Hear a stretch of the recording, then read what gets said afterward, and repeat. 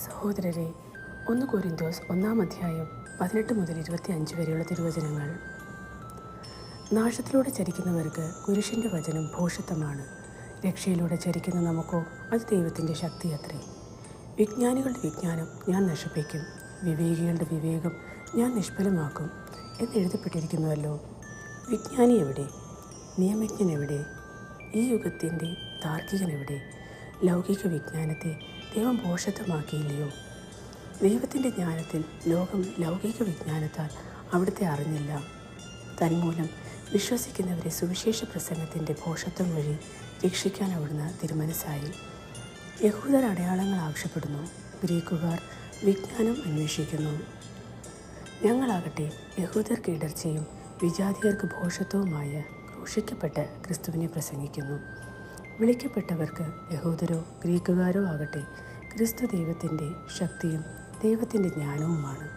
എന്തെന്നാൽ ദൈവത്തിൻ്റെ ഭോഷത്വം മനുഷ്യരേക്കാൾ ജ്ഞാനമുള്ളതും ദൈവത്തിൻ്റെ ബലഹീനത മനുഷ്യരേക്കാൾ ശക്തവുമാണ്. നമ്മുടെ ദൈവമായ കർത്താവിന് സ്തുതി.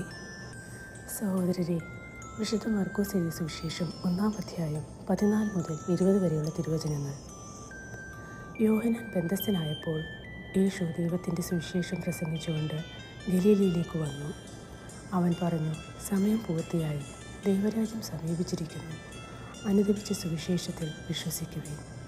അവൻ ഗലീല കടൽ തീരത്തുകൂടി കടന്നു പോകുമ്പോൾ ശിമോനെയും അവൻ്റെ സഹോദരൻ അന്ത്രയോസിനെയും കണ്ടു. മീൻപിടുത്തക്കാരായ അവർ കടലിൽ വലയെറിയുകയായിരുന്നു. യേശു അവരോട് പറഞ്ഞു, എന്നെ അനുഗമിക്കുവിൻ, ഞാൻ നിങ്ങളെ മനുഷ്യരെ പിടിക്കുന്നവരാക്കും. ഉടനെ വല ഉപേക്ഷിച്ച് അവർ അവനെ അനുഗമിച്ചു. കുറച്ചു ദൂരം കൂടി പോയപ്പോൾ സെബേദിയുടെ പുത്രനായ യാക്കോബിനെയും അവൻ്റെ സഹോദരൻ യോഹന്നാനെയും കണ്ടു. അവർ വഞ്ചിയിലിരുന്ന് വലയുടെ കേട് പോക്കുകയായിരുന്നു. ഉടനെ അവൻ അവരെയും വിളിച്ചു. അവർ പിതാവായ സെബേദിയെ സേവകരോടൊപ്പം വള്ളത്തിൽ വിട്ട് അവനെ അനുഗമിച്ചു. നമ്മുടെ ദൈവമായ കർത്താവിന് സ്തുതി.